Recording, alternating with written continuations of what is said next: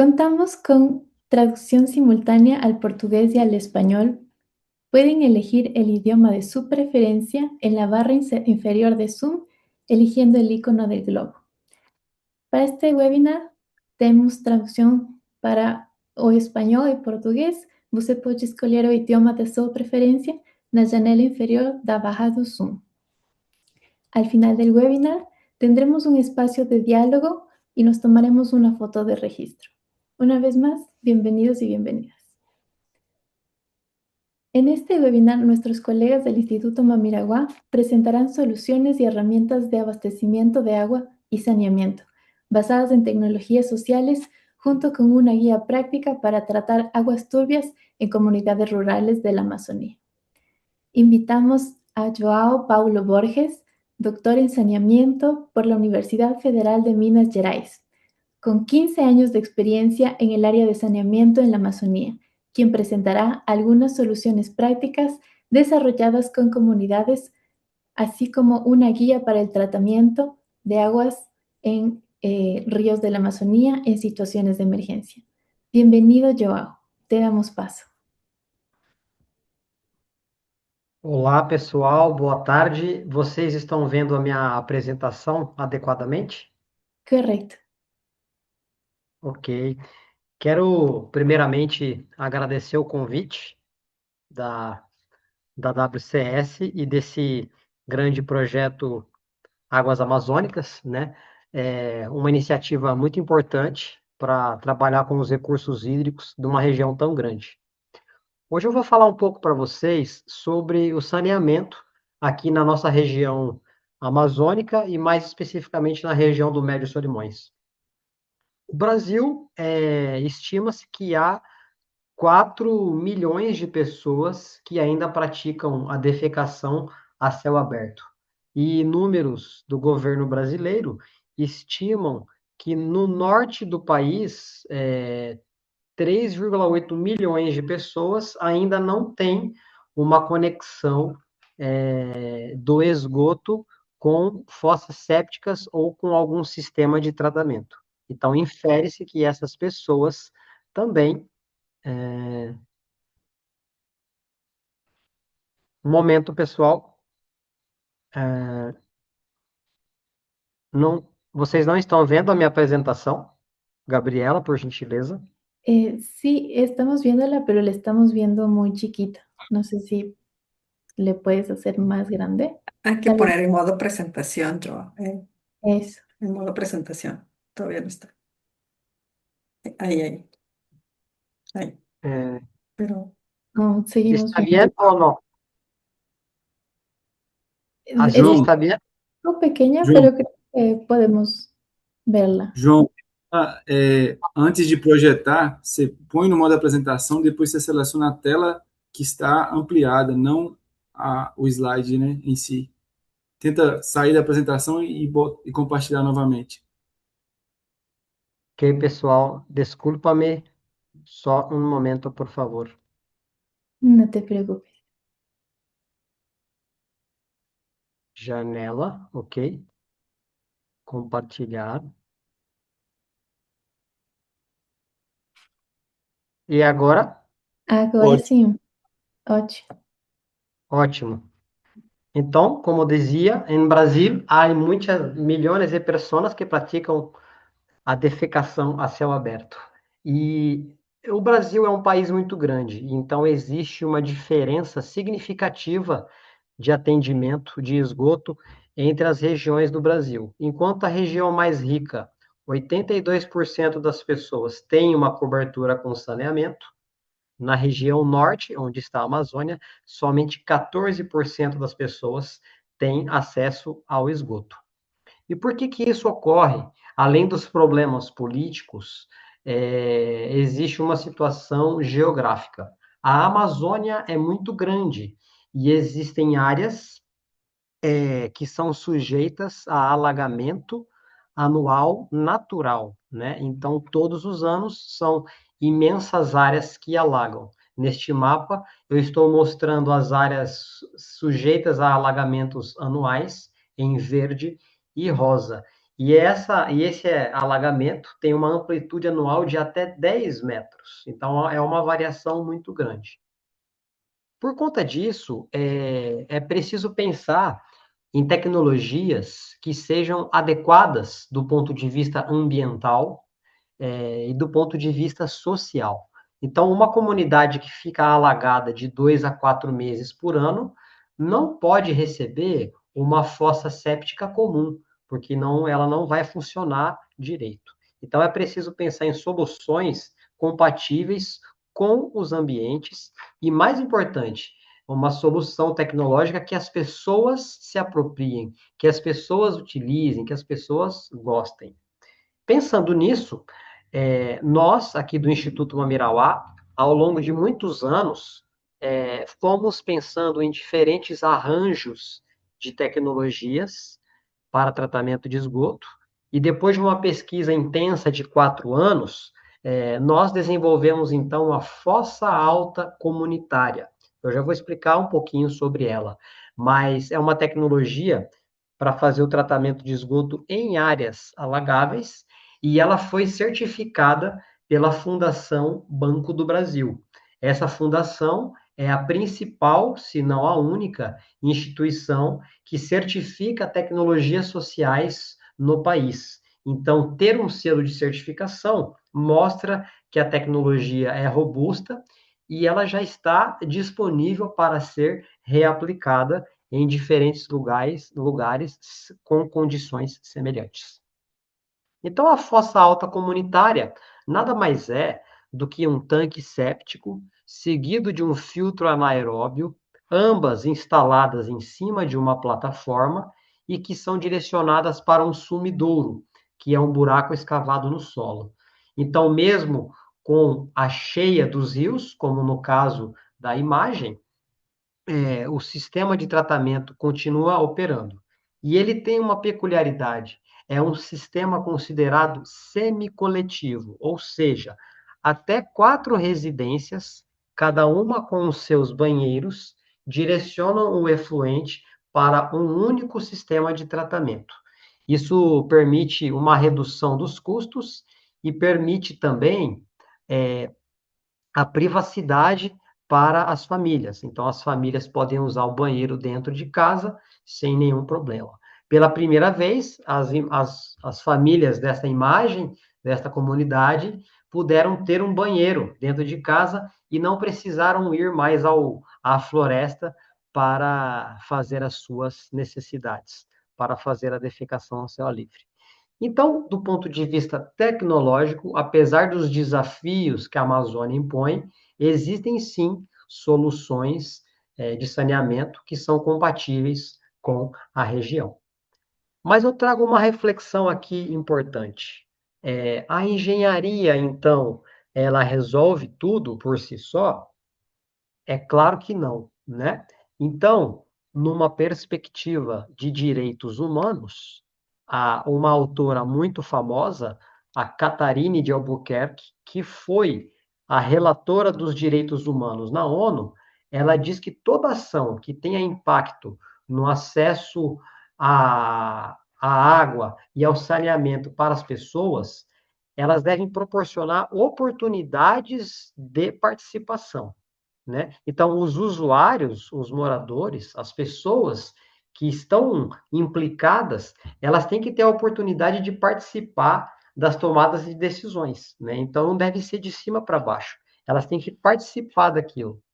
E o que nós aqui no Instituto Mamirauá nós observamos ao longo das décadas de atuação na região é justamente isso, que os processos participativos de fazer parte das discussões, das decisões, de como vai ser, como não vai ser, esses processos participativos conduzem à apropriação das tecnologias de saneamento. Então, as pessoas vão gostar, vão considerar como seu, elas vão se apropriar dessas tecnologias se elas participarem dos processos. E como que ocorre a participação no campo? Como que é participar, né? Como é esse processo? A participação ocorre de diversas formas. Acontecem em diversas reuniões nas comunidades, reuniões que agregam os moradores que receberam as tecnologias, em muitas decisões diversas. Então, existe muita discussão, muito debate para saber como vocês acham que é uma tecnologia ideal, qual seria o melhor momento para instalar, quem que vai fazer o pagamento por estes serviços, onde as tecnologias serão instaladas, como que vai ser a gestão dessas tecnologias ao longo do tempo. Então, tudo isso nós discutimos com os moradores, antes de simplesmente levar uma tecnologia. E uma participação também muito importante são as obras de instalação. Então, quando as pessoas participam das instalações, participam das obras, elas acabam também se apropriando mais, né? Acabam encarando essas tecnologias como algo familiar, como o seu, né? E eu gostaria também de destacar aqui a importância da mulher. Mulher tem uma a mulher tem um papel fundamental na promoção da saúde e do saneamento na comunidade. É, ela tem um papel fundamental porque são as mulheres que valorizam esse tema. São as mulheres que no dia a dia cuidam de seus filhos, são as mulheres que preparam a alimentação, são as mulheres que cuidam da água, muitas vezes, né? De água na cabeça. Então, quando as mulheres decidem, não, nós queremos saneamento na comunidade, os homens vão acabar fazendo, né? Então, a voz feminina, ela é muito importante.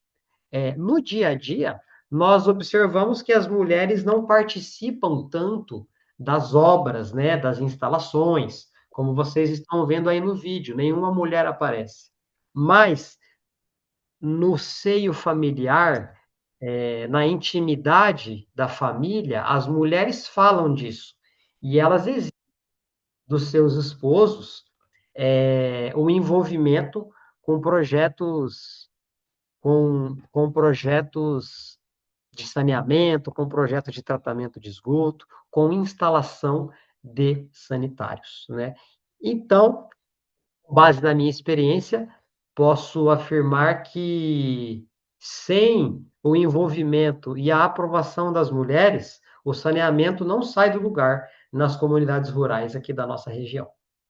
Então, do ponto de vista de tecnologias de saneamento, nós temos a fossa alta comunitária. E eu gostaria de falar agora para vocês de uma outra tecnologia que nós desenvolvemos para atender a uma demanda que aconteceu em 2023 e 2024, que são as secas extremas.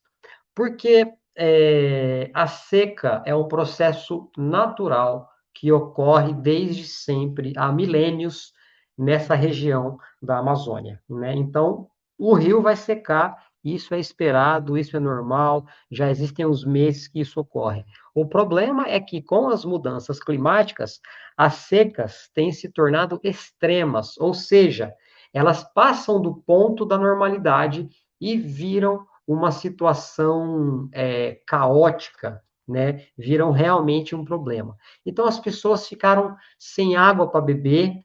Imagine, a pessoa mora na beira do rio, mas com uma seca extrema, ela ficou sem água para beber. Então, nós desenvolvemos, então, um kit para tratamento de água em situações de emergência. Esse kit é um kit que tem um custo muito barato, de apenas $5. Ele permite tratar até 6.000 litros de água, e essa quantidade de água pode atender a uma família de 5 pessoas por mais de 60 dias.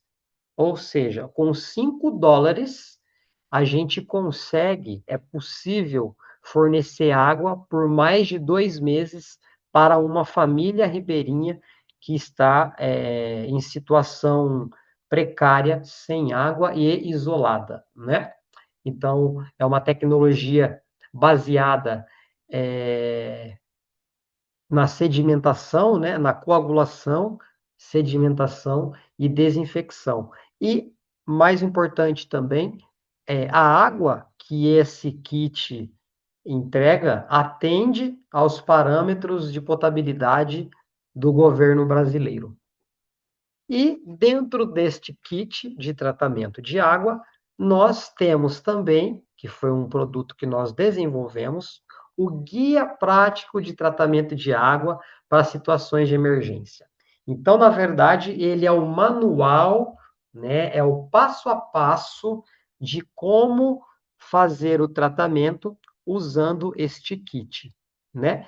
Esse manual, esse guia prático, ele tem uma base técnico-científica muito importante, foi desenvolvido por sanitaristas, né? Nós imprimimos muitas cópias e fizemos a distribuição, mas ele é um folheto digital de acesso aberto, ou seja, qualquer pessoa pode ter acesso a este guia, né, a este folheto, de forma gratuita. E ele compõe, então, o kit, como eu falei. Além do kit em PDF, né, nós fizemos também um vídeo que está disponível no YouTube, um vídeo de como fazer o tratamento da água usando tanto o folheto, a cartilha, como o kit. Então, lá no YouTube, a pessoa assiste o vídeo e segue o passo a passo e consegue fazer o tratamento da água em casa. Eu gostaria de destacar, que eu considero muito importante, é que este guia e o respectivo kit, ele é desenvolvido para situações de emergência. Ele não é para ser utilizado durante todo o ano.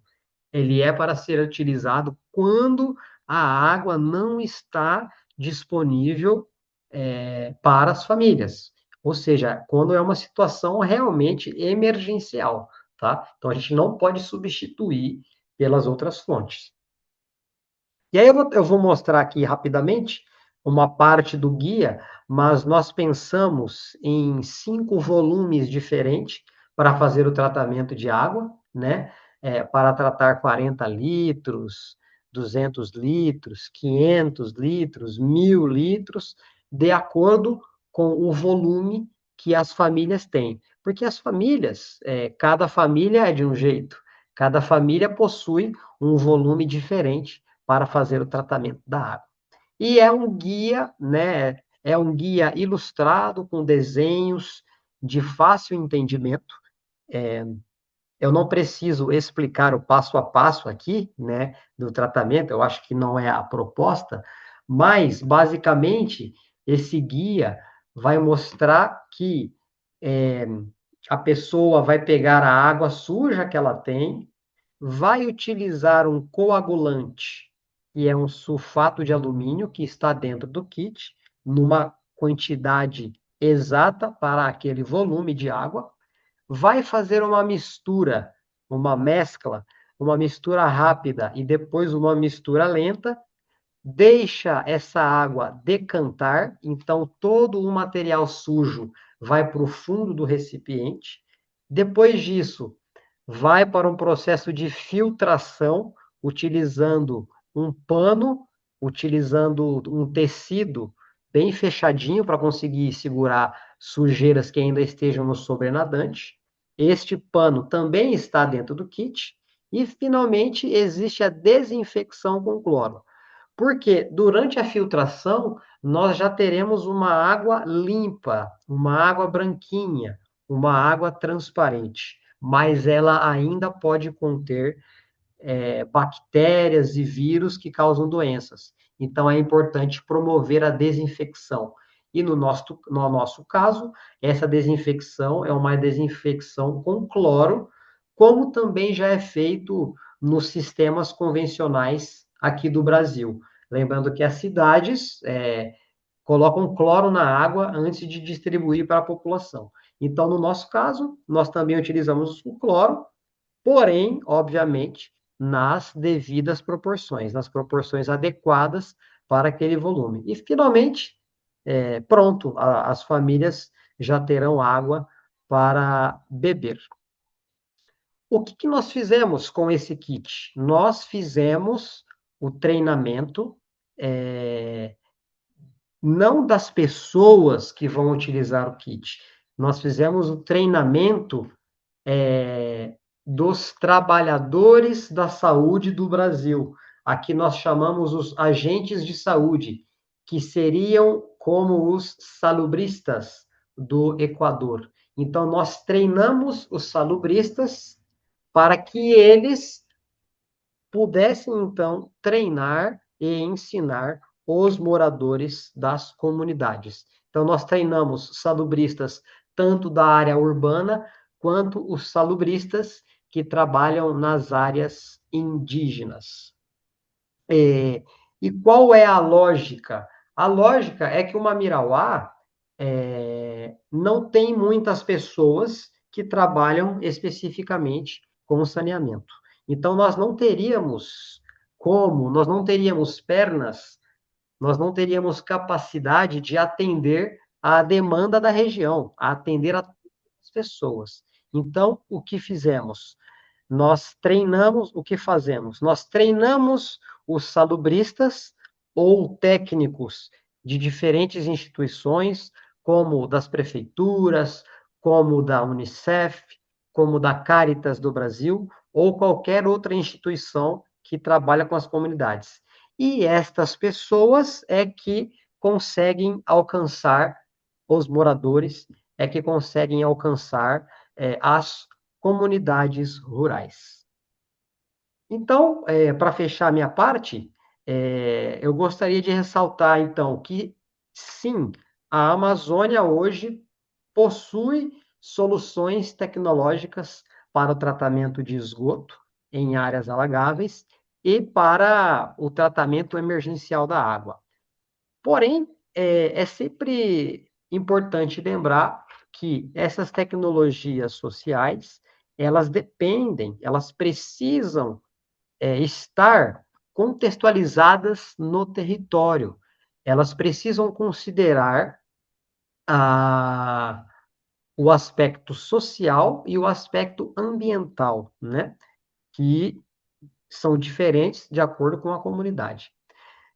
Muito importante também destacar que as populações locais, os moradores, os ribeirinhos, eles devem participar dos processos de decisão e eles precisam ser escutados. Se os ribeirinhos não forem escutados, os projetos não terão sucesso, porque não são os engenheiros, os técnicos, os pesquisadores que conhecem a realidade das comunidades. Quem conhece a realidade são os próprios moradores. E, finalmente, não menos importante, é necessário o compromisso do poder público, né? As prefeituras, o governo precisa levar o serviço de água e saneamento para as pessoas, como diz a lei do Brasil e eu acho que a lei do Equador também, né? Então, é necessário que o governo realmente se comprometa com estes serviços de água e esgoto. Agradeço, muito obrigado pelo convite e passo a palavra para vocês, organizadores. Muito obrigado. Muito obrigada, Joao Paulo. Muchas gracias, muy interesante la información que nos compartes. Sin duda, la participación de las comunidades es clave para que puedan apropiarse de estas tecnologías sociales. A continuación, vamos a dar paso a la segunda exposición, antes de abrir un espacio para preguntas. Damos la bienvenida a Caleb Rodríguez Santos, magíster en recursos hídricos e ingeniero ambiental por la Universidad Federal de Minas Gerais y analista de investigación y desarrollo de tecnología social del Instituto Mamirauá. Cuenta con experiencia en sistemas agroforestales, saneamiento rural y tecnologías con trabajo en la Amazonía. Calebe nos presentará alternativas de abastecimiento de agua mediante energía solar y el uso de filtros de balde. Les recordamos, querida audiencia, que pueden poner sus preguntas en el chat e indicar a quién va dirigida. Nosotros las reuniremos y al final habrá un espacio para contestarlas. Sin más, bienvenido, Calebe. A continuación, por favor, preséntanos. Olá a todos, muito obrigado, Gabriela, e todos os demais organizadores pela oportunidade de estarmos participando, né, desse evento. Gostaria de perguntar se vocês estão vendo a minha tela, a minha pantalla aí, já está sendo apresentada? Sí, se ve bien. Certo.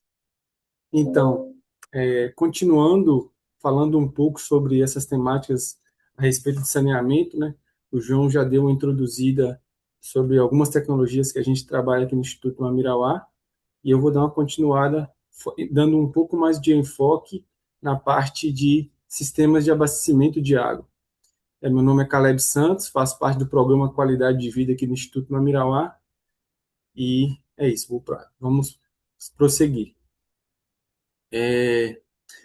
Já pegando o gancho pegando a ideia do que o João trouxe a respeito sobre a tecnologia, então, o saneamento muitas vezes é visto como uma parte da técnica, da tecnologia, do equipamento, das grandes obras, né? Mas o saneamento ele vai além disso, né? E ele sozinho, a tecnologia sozinha, ela não é eficiente, ela precisa estar embasada metodologicamente em vários tipos de diagnósticos, né, que interligam o contexto social, ambiental e cultural das comunidades. E aí a gente tem uma ciência, né, que é muito importante, que é a educação ambiental, que ela faz esse elo entre o saneamento e a saúde pública, né, para que o saneamento seja eficiente e gere os resultados na saúde da população. Porque a tecnologia sozinha, ela, sem a apropriação da comunidade, sem que a comunidade aproprie a tecnologia para ela se empoderar e aplicar, ela vai ficar como um elefante branco, como uma estátua lá, né? E muitas vezes vai até se deteriorar depois de um tempo. E aí, nesses ramos, a gente tem de tecnologias, a gente pode classificar aqui de forma genérica em dois principais, tecnologias centralizadas e tecnologias domiciliares, né? No caso, as centralizadas, que são as grandes tecnologias em cidades, né, onde estão concentradas as maiores populações, elas têm muita eficiência, têm muitos benefícios no sentido de manter um padrão, padronização da qualidade, mas ela demanda uma complexidade maior, e com isso mais investimentos, né, e maior complexidade na gestão. E isso se torna dependente de diversos setores, né, como os governamentais ou outras instituições como ONGs, ou então fundos filantrópicos privados e assim por diante. Já para o nosso contexto aqui de comunidades ribeirinhas, indígenas, de áreas remotas e pequenas comunidades, tecnologias mais simples, né, mais adaptáveis com os materiais existentes na realidade de cada povo, elas tendem a ser mais eficientes, tendem a ser mais factíveis para serem aplicadas naquele contexto. Então, trazendo essa reflexão para a questão de sistema de abastecimento, a gente tem aqui exemplos de sistemas, né? Aqui tem um sistema centralizado na imagem verde, e aqui do lado tem alguns sistemas mais familiares de comunidades. Mas todos eles comungam de processos comuns, de conceitos comuns, conceitos que estão por trás, né? Então, aqui nesse sistema centralizado, na imagem verde, você tem aqui processos iniciais de remoção de sólidos, depois remoção de sólidos mais finos que ficam depois da primeira etapa, depois a parte de desinfecção, matando os micro-organismos que ficaram ainda, que são invisíveis. Depois, essa água é bombeada para reservatórios e distribuída para cidades.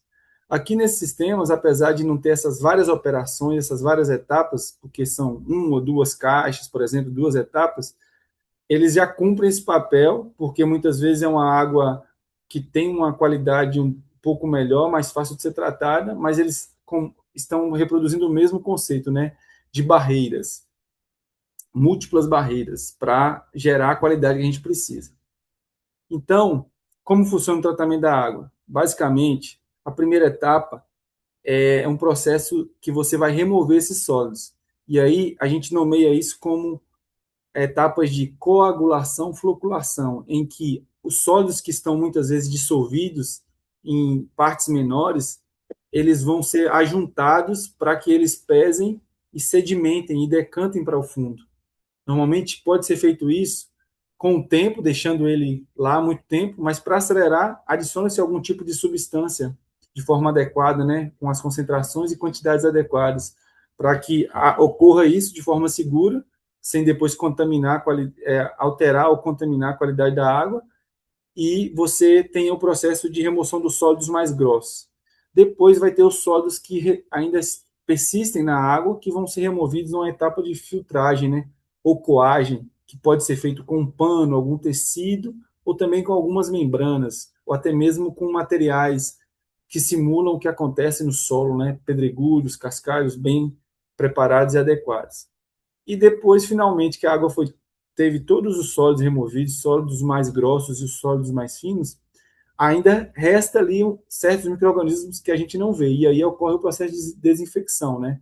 E depois é levado para um reservatório de forma segura para distribuir. Isso é o conceito por trás do tratamento da água, de uma estação de tratamento, que também vai se assimilar em pequenas tecnologias de tratamento de água domiciliar ou familiar. Então, a gente está utilizando um conceito de múltiplas barreiras para obter uma água segura. Muitas vezes a gente não encontra todos esses equipamentos, a gente vai ficar só com um ou dois tipos de barreira. Mas se a gente consegue unir todos esses processos, a gente chega a uma eficácia para obter essa água segura, né? Então a gente vai ter uma captação, essa captação ela já tem uma prévia de remoções dos sólidos, depois ocorre a decantação, que pode ser naturalmente ou com a adição de algum produto, e depois ocorre outra remoção de sólidos, que é a filtração, né? E cada parte dessa vai ocorrendo uma remoção gradativa de bactérias, né? De micro-organismos. Os próprios sólidos, eles já carregam, eles são o escudo dessas bactérias. Então, na remoção de sólidos que acontecem inicialmente, pelo processo de decantação, depois de filtração, já ocorre uma remoção significativa da maior parte das bactérias, dos micro-organismos que são patogênicos e podem nos causar algumas doenças. E depois, finalmente, a gente usa a desinfecção, que pode ser por meio da cloração, pode ser por tecnologias pela irradiação, até algum tipo de lanterna ou luz que emite raios ultravioletas, mas para o nosso contexto, provavelmente o mais adequado ou é o cloro ou é a fervura, né? E depois que você realizou tudo isso, a última, que é o armazenamento seguro, ela não pode ser também negligenciada. Apesar, a água já está limpa, depois da última fase aqui que a gente viu, que é a desinfecção. Mas se a gente fez todas elas corretamente e a última a gente negligenciou, pode contaminar e perder todo o trabalho que a gente fez inicialmente. Então, a união dessas etapas, dessas múltiplas barreiras, promove o alcance da obtenção da água segura, né? Como essa criança aqui ilustra isso, né? Então, são processos, né? São uma metodologia que a gente utiliza para alcançar e obter a água para as populações. E aí, pensando em múltiplas barreiras, a captação é um processo importante para que a gente venha proteger a captação através da proteção dos mananciais, por meio do uso e ocupação do solo adequado. Aqui a gente tem duas imagens que ilustram isso. Nessa primeira aqui do canto esquerdo, a gente vê um solo desnudado sem a floresta, ou com floresta, e embaixo um solo desnudado sem a floresta. Aqui, na primeira, de cima, no canto esquerdo, você vê um ciclo hidrológico natural, onde a água está fluindo de forma equilibrada em todo o ecossistema, em que a água ela é evapotranspirada pelas árvores, depois se retorna como chuva, a chuva infiltra, recarrega o aquífero e alimenta o rio ou lago. e isso fica de forma equilibrada, tanto nas épocas de secas e cheias. Mas cada vez, com toda a ocupação e uso do solo de forma extensiva pelo ser humano, de desmatamento, isso vai alterando o ciclo hidrológico e vai ocorrendo diminuição da infiltração, a água vai escoando mais pela superfície e carreando mais sólidos. Isso afeta diretamente a qualidade da água e vai tornando a água mais difícil de ser tratada em qualidade, mas também em quantidade, porque a água fica de forma mais repentina no ambiente e escoa rápido, porque ela não se mantém no rio, porque ela não tem mais uma infiltração no solo e o reservatório tem cada vez menos águas para alimentar as áreas de captação, né? E até também, a depender da escala de desmatamento, vai acontecendo uma diminuição da chuva. Áreas mais desmatadas no Brasil, por exemplo, tem menos chuva. A Amazônia é um exemplo que a chuva se mantém aqui por causa da floresta, né? Então, a quantidade de água disponível também vai diminuindo. E aí que a gente pode ver nessa imagem do lado direito que uma comparação entre o campo e a cidade. Na cidade ocorre uma impermeabilização do solo, e isso faz a água das chuvas escoar muito rápido no solo, levando poluições, né, do asfalto e também de forma repentina, e gera inundações, que geram problemas estruturais, a ter riscos eminentes para as populações mais vulneráveis. Já num solo ainda em equilíbrio, com maior reserva florestal, você tem uma maior infiltração e todo o processo que a gente acabou de falar aqui. Então, isso é uma barreira inicial de manter a qualidade da água e a quantidade de forma equilibrada ao longo de todo o ano, ao longo do ano hidrológico, né? E aí, prosseguindo o que a gente estava dizendo, se a gente protege o manancial, a gente vai encontrar uma água com mais qualidade e vai ser mais fácil de tratar. E aí, na primeira etapa, logo em seguida, você vai utilizar o processo de coagulação-floculação, adicionando algum material, algum elemento, seja químico, físico, e aí você vai adicionar, por exemplo, a substância de coagulação e ela vai necessitar talvez de uma menor concentração quando você tem uma água menos poluída. Mas no nosso caso, por exemplo, a gente encontra águas naturais na região amazônica já com muitos sólidos e você precisa adicionar e gera o processo de coagulação-floculação, que é uma segunda barreira. E aí você remove o excesso de sólidos, depois você vai coar ou filtrar para remover os sólidos finos e menores. E aí você vai utilizar algum tipo de desinfecção dos micro-organismos patogênicos e depois armazenar de forma segura para poder consumi-la, né?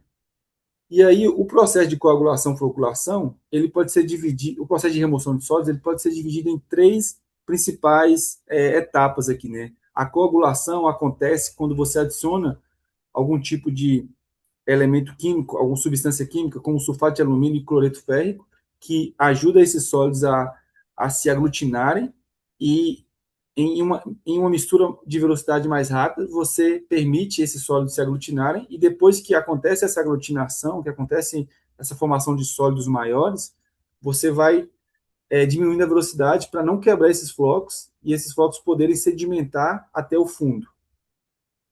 E aí é o que ocorre a decantação, que é uma separação das fases, né? Aqui um exemplo é a mistura de óleo, água e sólidos. Você vê que os mais pesados sempre vai para o fundo. Então o objetivo desse processo é fazer que os sólidos fiquem mais pesados e caiam para o fundo. E aí, basicamente, você aglutina as partículas em íons mais carregados, com o uso de alguma substância, usando velocidade rápida e depois uma velocidade lenta, para não quebrar os flocos, e gera a eficiência de remoção desses sólidos. Na filtração, você pode utilizar, no nosso contexto, tecidos, né, que são mais comumente encontrados, até filtros de barro com algumas velas de carvão. Em algumas cidades do Brasil são muito utilizados esse tipo de filtro, mas aqui na Amazônia ainda não é tão comum, na região, pelo menos, do contexto brasileiro. Ou, se tiver acesso, né, dependendo do contexto, membranas, que são tecnologias já um pouco mais avançadas, que podem ser eficientes, né? Tanto para água muito carregada de sólidos, mas também em processo de dessalinização. Aqui no canto você vê o que cada tipo de filtração pode, né, vai diminuindo o tamanho da filtração, microfiltração, ultrafiltração, nanofiltração, osmose inversa. Né? Cada uma delas é aplicada a um contexto, como, por exemplo, a osmose, que é para dessalinização. Mas a gente pensa muito nas tecnologias que são mais de fácil acesso para os comunitários, né? Como tecidos ou filtros de vela e assim por diante. E, por último, a desinfecção, né? Que no Brasil a gente comumente utiliza o hipoclorito de sódio, né? Que é distribuído pelo Ministério da Saúde aqui, ou também incentiva a fervura quando falta essa distribuição, não está disponível para as áreas remotas e os agentes de saúde não conseguiram levar até então. Mas existem outras formas de desinfectar, como falamos, né? UV, ozônio, temperatura. Para isso, a gente tem alguns métodos, né? Para a utilização do cloro, por exemplo. A gente precisa ter um tempo mínimo de 30 minutos, a água já deve ter removido a grande parte dos sólidos, né? Como a gente falou lá, através da decantação, da filtração. Evitar de fazer em água muito fria, e normalmente o hipoclorito tem que estar a essa concentração de 2,5. E aí a metodologia é utilizar essa proporção, 2 gotas por litro. Então uma garrafa de refrigerante que tem 4 litros, que tem 2 litros, vai utilizar 4 gotas. E assim por diante, 50 ml para 500 litros, 100 ml para 1.000 litros. Existem várias recomendações, como no próprio kit que o João Paulo mencionou agora há pouco, que foi elaborado pelo Instituto Mammirauá. Mas isso são normas, metodologias não inventadas pelo Mammirauá, mas já consolidadas por vários estudos científicos em várias regiões do mundo. E, por último, a gente precisa, depois de ter realizado todo o processo das etapas físico-químicas, né, de tratamento e biológicas, a gente precisa armazenar, né, para essa água que a gente tornou ela potável, não perder a potabilidade daqui para ali. Aqui a gente tem vários exemplos de recipientes que a gente encontra pelas comunidades aqui perto de Tefé. O recipiente, ele precisa, para ele armazenar água de forma segura, ele precisa ser fácil de limpar, possuir tampa, com torneira, não transparente e resistente. Dentre esses aqui, a gente identifica 3 que podem ser considerados esses, né? Esses aqui, essa garrafa de refrigerante que foi selada com uma pintura externa para evitar que o sol bata e cresça a um recrescimento de algas. Esse balde, esse filtro aqui também, que tem tampa, é fácil de limpar e torneira. E esse balde aqui, em alguns casos, né, dependendo, porque a pessoa às vezes não encontra esses dois, mas esse aqui não é transparente, tem tampa, e pode ser uma alternativa. Mas os outros todos têm problemas que podem comprometer a qualidade da água. Então, partindo para a finalização aqui, a gente apresenta também para vocês como o Mammirauá vem trabalhando, né? A gente é uma organização que trabalha com vários projetos e investimentos de parceiros, então a gente tenta ser um exemplo, né? Atuar, a gente não consegue abranger toda a área da Amazônia, nem toda a área da nossa região, mas a gente tenta fazer exemplos focais para incentivar ou mobilizar pessoas e instituições.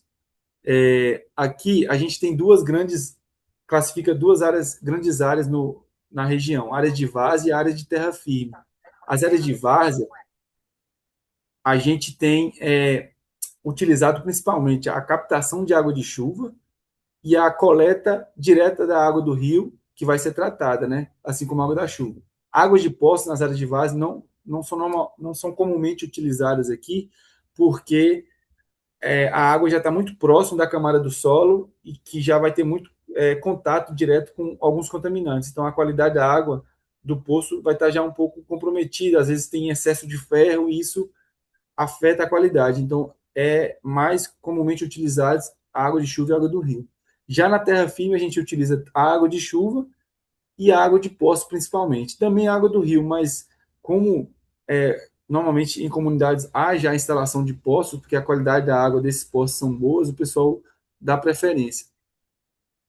E aí, mostrando alguns exemplos práticos de aplicação dos projetos, a gente tem aqui bombeamento solar, né, que a gente utiliza a captação de água do rio, aqui é uma comunidade muito próxima a Tefé, entre os rios Solimões e Japurá, bem na afluência do Japurá com Solimões, onde tem a comunidade Caburini. E foi instalado esse painel solar, conectado a uma bomba que já capta a água e, pela tubulação, manda lá para um reservatório próximo à comunidade, que logo em seguida é distribuído para cada casa e as pessoas depois realizam tratamentos domiciliares. Só que há alguns problemas dependendo da comunidade. É uma região que alaga, uma região de várzea. Então, em momentos de seca ou de extremos climáticos, como aconteceu em 2023 e 2024, houve uma necessidade de ampliação muito grande de tubulações e de fios, né, que conectam para poder viabilizar esse bombeamento. E muitas comunidades não conseguiram investimento para fazer isso e ficaram sem água em alguns períodos. Passaram momentos muito vulneráveis nesse sentido. E aí, para vocês terem ideia do contexto, né, do que acontece por aqui. Mas também a gente tem outros exemplos, né, de outras tecnologias, como captação da água da chuva, que aqui é um exemplo na comunidade de Catuíri, que fica bem em frente ao lago de Tefé, aqui da cidade de Tefé, onde a gente realizou a implantação, né, utilizando, por exemplo, um sistema aqui de calha, que você retira logo a sujeira depois da primeira água que vai sendo lavada, e depois armazena a água da chuva, né, e depois realiza o tratamento domiciliar. E esses exemplos aqui, como de captação e depois envio da água para um reservatório, é muito utilizado na região do Nordeste, regiões que enfrentam escassez hídrica, mas já está sendo aplicada aqui para a Amazônia por conta de ser uma tecnologia que adapta a região de terra firme e com os extremos climáticos está já sendo necessário aplicar isso também, esse tipo de tecnologia. E também tecnologias que você vai armazenar e você pode filtrar e armazenar a água ao mesmo tempo com materiais acessíveis, né? Como esses filtros que a gente pôde confeccionar utilizando baldes que eram utilizados em padarias e reutilizamos eles, né? Higienizamos, depois confeccionamos aqui a adaptação com a vela de filtro para poder gerar uma água potável, a água que seria captada, tratada e e depois na última etapa, filtrada aqui, clorada para as populações consumirem e armazenarem dentro de casa, né?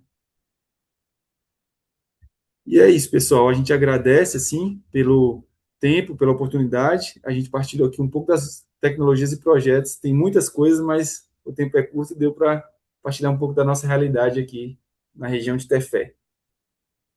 Muito obrigado, Caleb. Hemos aprendido mucho con tu presentación. Gracias por compartir las experiencias. Son aportes concretos para mejorar el acceso a agua limpia y segura en comunidades amazónicas. Ahora vamos a abrir el espacio de preguntas. Vamos a empezar con la primera pregunta que tenemos en el chat. Igual si alguien quiere levantar su mano, abrir su micrófono, están bienvenidos a hacerlos. Para el que quiera responderme, ¿ustedes consideran que las estrategias presentadas pueden ser adoptadas como medida permanente o para ser sostenida a largo plazo en áreas dispersas donde los sistemas de suministro no son una opción? ¿Qué mecanismos de sostenibilidad financiera, técnica o logística sugieren para este caso? Quer falar, Caleb? Eu posso responder primeiro.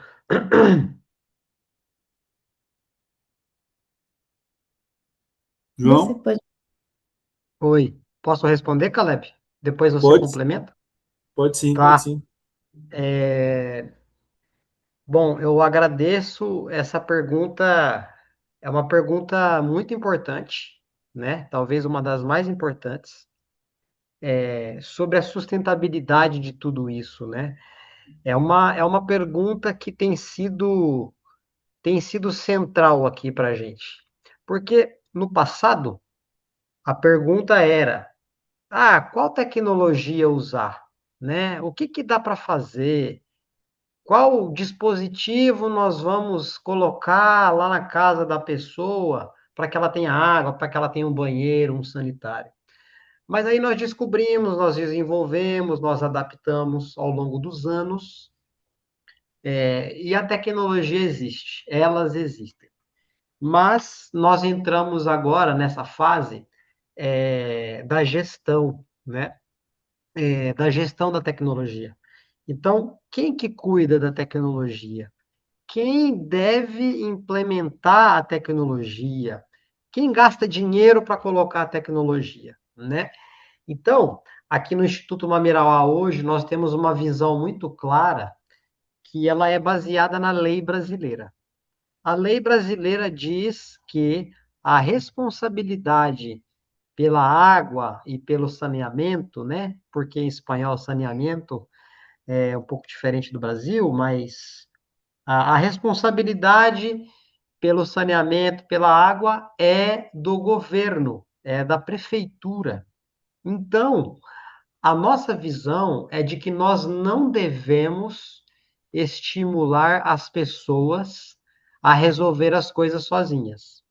Nós não devemos estimular que as pessoas façam isso de forma autônoma. Ah, Dona Maria, gasta o seu dinheiro e compra uma caixa d'água para você resolver o seu problema. Nós não seguimos nessa linha. Então, nós seguimos numa linha de desenvolvimento tecnológico, mas pensamos que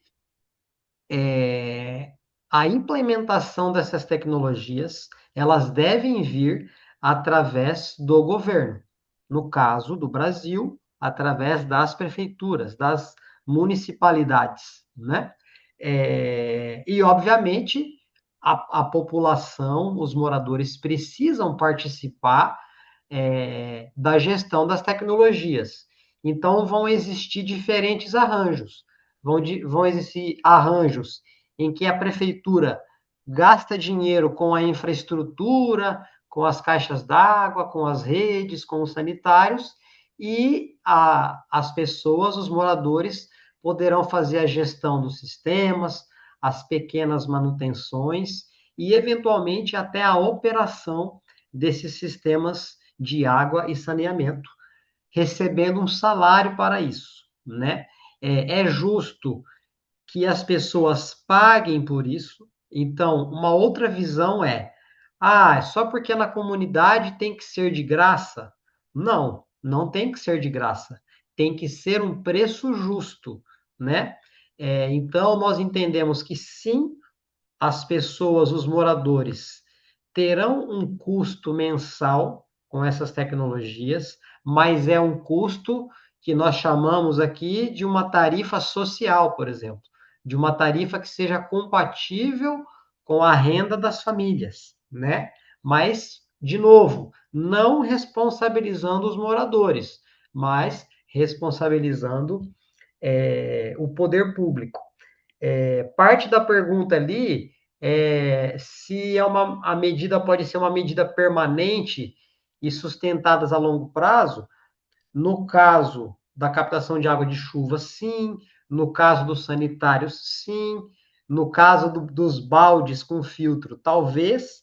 Agora, no caso dos kits emergenciais, não. Como eu falei, os kits emergenciais são para situações de emergência, que o rio secou e as pessoas estão passando sede. Fora isso, nós não devemos estimular o uso do kit.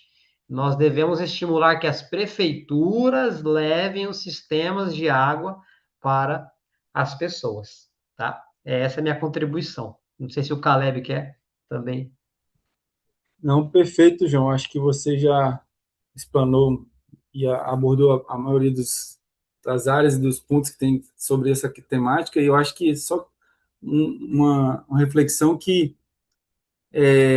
todo mundo que estuda saneamento, é profissional de alguma área relacionada a saneamento, tratamento de água, né? A gente no Brasil, saneamento, a gente engloba tudo isso, a gente vê que não, a gente aprende que não existe uma tecnologia que resolve tudo, que é uma panaceia, né? Panaceia é um remédio que a gente fala no Brasil que serve para tudo.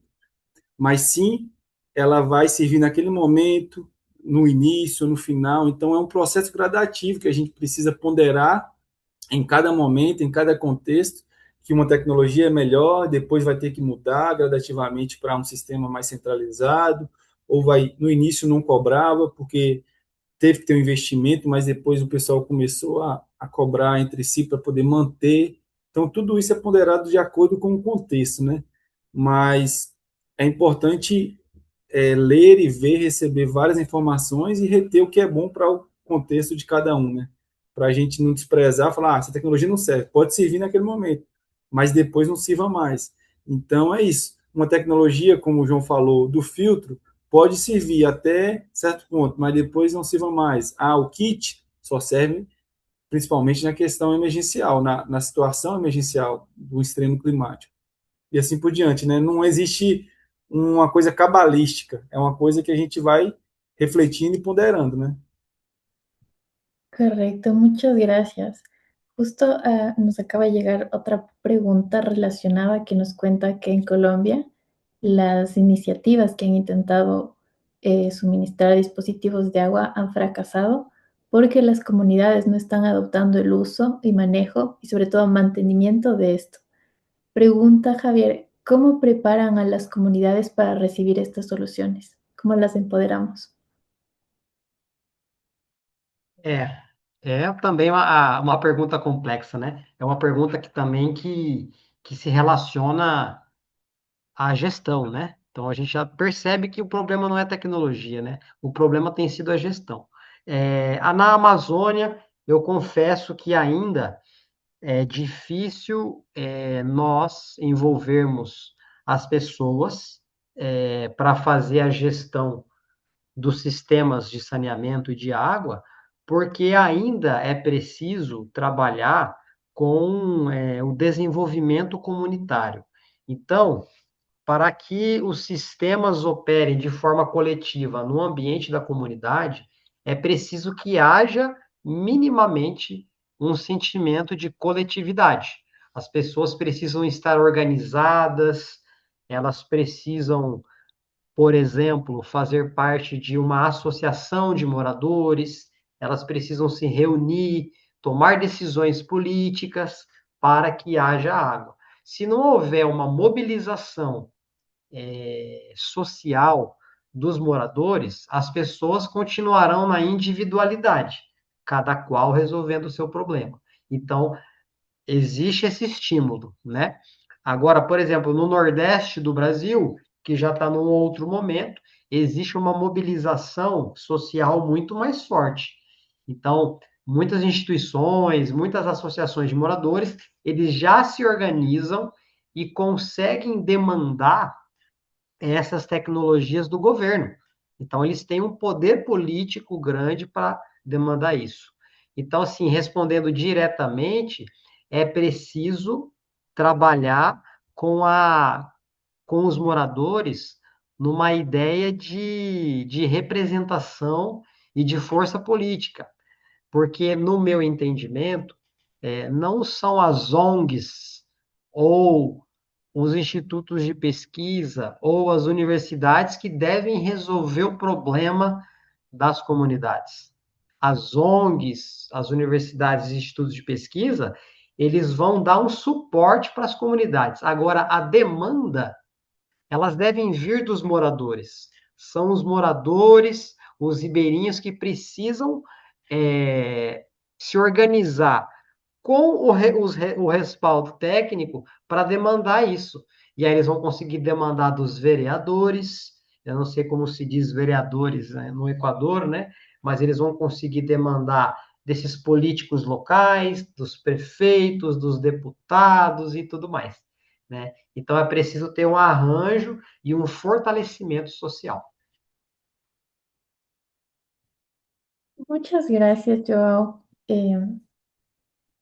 Gente querida, nos hemos acercado al final de este espacio, entonces las preguntas que no pudieron ser contestadas las vamos a pasar a nuestros ponentes para que las contesten después, o si pueden contestarlas por el chat, les agradecemos.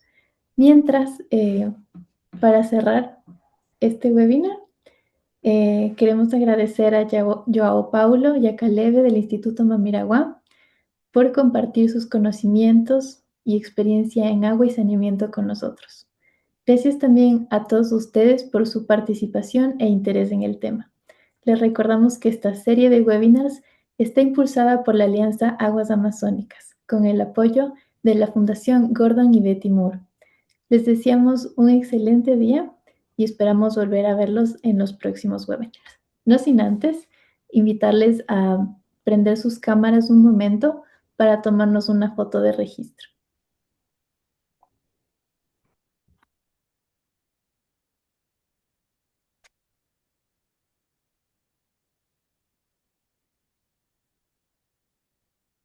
Genial, ya están prendiendo algunas personas y tenemos 3 pantallas que capturar. Entonces ustedes solo sonríen en todas. ¿Listos? Yo les aviso. 1, 2, 3. Perfecto. La primera, 2, 3.